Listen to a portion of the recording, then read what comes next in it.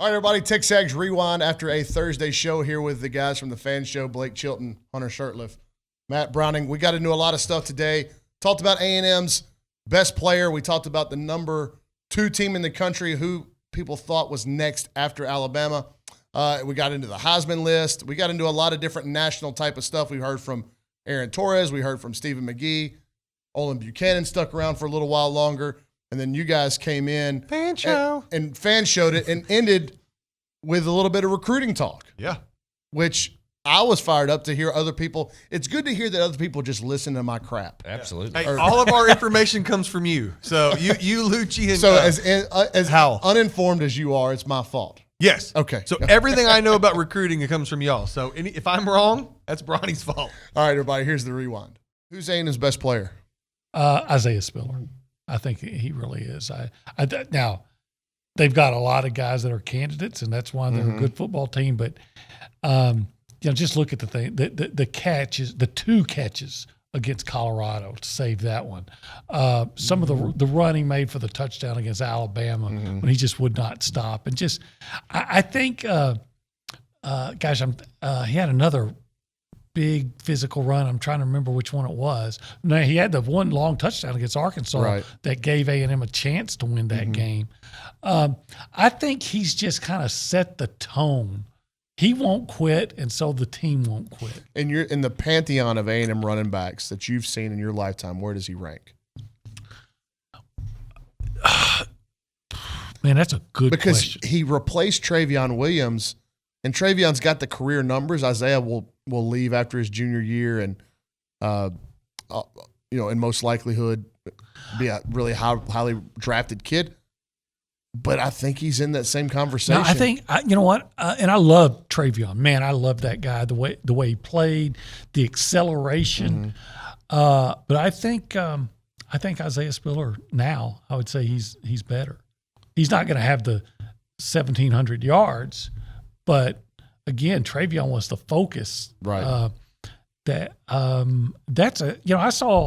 covered Greg Hill, Rodney Thomas, Leland McElroy. So that's a tough call. Now I would say Isaiah Spiller's he's different than Greg Hill. Okay, he's different, but I think they're in the same class. He may be the best running back in A&M history, and if you said that, Darren Lewis would have an argument. And you go all the way back to some of those, obviously John David Crow won a Heisman, but I wouldn't. You want to say Isaiah Spiller's the best running back that's ever played at Texas A&M? I'm not going to argue with you. I think that's a valid opinion to have. I would say if you said that, I'd say, okay, tell me why, and I probably wouldn't argue. I'd just say, okay, all right. I may disagree, I may not, but I'd like to hear the not evidence isn't the right word, just the thinking behind that. Would you hear an argument? Yeah, it's a great question. I'll never forget, we had a play in the West Coast offense when Sherman first got here, and Coach Rossley, our quarterback coach at the time, was installing it, and they had Brett Favre cut-ups. It was third down and long play. It's essentially 18-yard digs on both sides, and there's a clear route in the slot. The guy runs vertical to take the top off the coverage so that 18-yard dig route can come underneath it. Well, the play was called double hooters. Well, you don't throw the clear out, the guy clearing out coverage ever. Well, of course, what does Brett Favre throw? He throws the clear out into triple coverage, tries to back shoulder it for a pick. Coach Crossley goes, let's not do that, guys. And so my point is, certain guys have that mentality, They want to see the clear out occasionally. Like, they're not just going to discard that guy because coach in install said, hey, he's never in the progression. They want to give him a shot, even when at times you're frustrated as a coach. And so you don't want to limit a guy's ability to make plays. But the big picture, and I think that what OB's getting at is sometimes that clear route, that guy, whether it's Demas, I'm trying to remember that exact play, and it's not coming to me. It's like in the third quarter.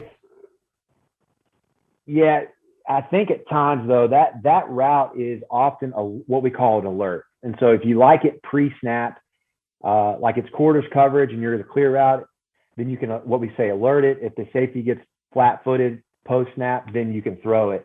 But most of the time, it's pretty much canceled. right at the snap if they're in some type of defense like single high. And so when you eliminate him that quickly, there's a tendency sometimes for a safety to get real nosy. Even if he's supposed to be playing deep middle of the field, he can come off that deep middle and jump an underneath route. And so that's when a coach comes back and says, hey, we're going to call deep 824 again, but I want you to throw that post and alert it even in single high, because that single high safety is jumping the deep two. And so it's not a perfect world, but yeah, I think some quarterbacks, they have the strong arm and they're just like, coach, just call deep 824. I don't care what the coverage is. I'm going to throw the deep post. I want to let the thing, I want to let it air out. I don't know the right answer there. I know I'm getting a little long-winded on my reply, but it's not always as clean as, just throw it to the deep guy. Who's the second best team in the country? Well, we're going to find out definitively this week. I said in the middle of that Ohio State-Indiana game, I think it's Ohio State. And I'll tell you a funny story, Ryan. I had a buddy who was lives in Bloomington. Earlier this year, Indiana hosted Cincinnati. Indiana obviously hosted Ohio State last weekend. And he essentially said, we were in complete control against that Cincinnati team for about a quarter and a half. There was a couple bad penalties. The dam broke. We lose to Cincinnati. He goes, we play them 10 times. I think we beat them 3 or 4 out of 10. He goes, we could play Ohio State 100 times and we're never even coming close. And so what I think we're seeing is a young Ohio State team, young quarterback, CJ Stroud. We actually had him on my Fox Sports radio show on Saturday night after the game. He talked about how the locker room's maturing, how he's maturing. He was banged up earlier in the year, 14 touchdowns, 0 interceptions the last 3 games as Ohio State's really rolling. So we're going to find out definitively this weekend against Penn State, but I believe pretty convincingly right now that it is Ohio State at number 2.